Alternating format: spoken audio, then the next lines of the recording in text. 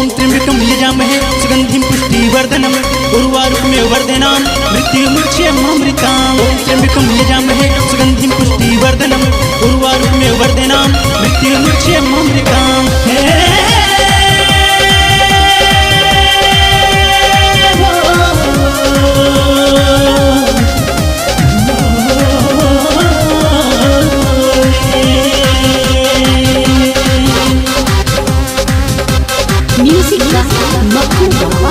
झूम रही है दसों दिशाएं, दसों दिशाएं, दसों दिशाएं। झूम रही है दसों दिशाएं, झूम रही है गलियां।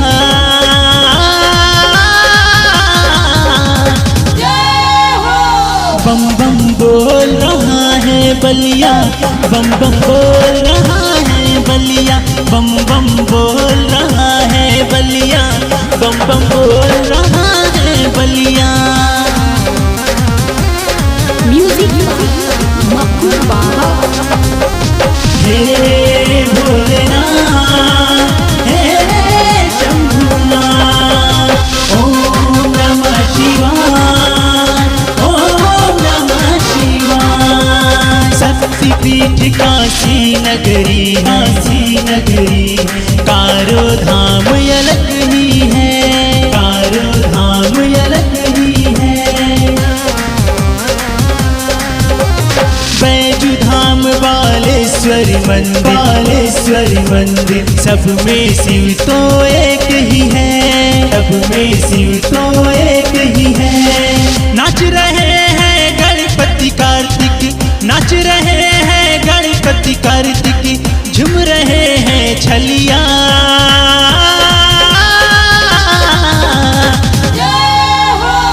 बम बम बोल रहा है बलिया, बम बम बोल रहा है बलिया, बम बम बोल रहा है बलिया, बम बम बोल रहा है बलिया।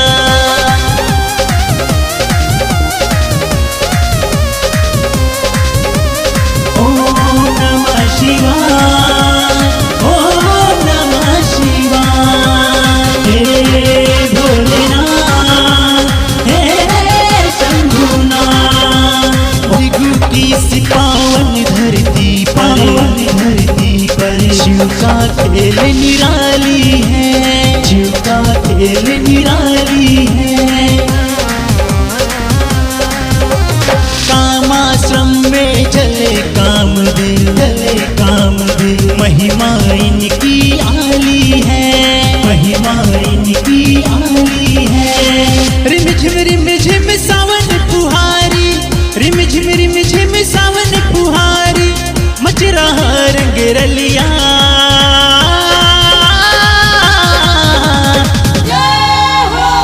बम बम बोल रहा है बलिया, बम बम बोल रहा है बलिया, बम बम बोल रहा है बलिया, बम बम बोल रहा है बलिया।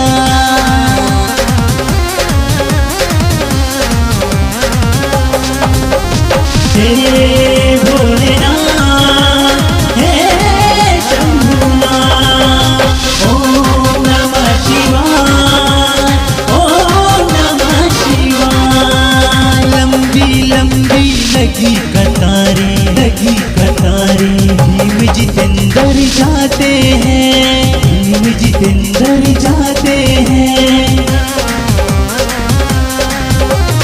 आलोक भी शिव की महिमा, की महिमा, अमरेश को सुनाते हैं, अमरेश को सुनाते हैं। सावन में सब झूला झूले, सावन में सभी झूला झूले, मिलकर सारी सहेलियां।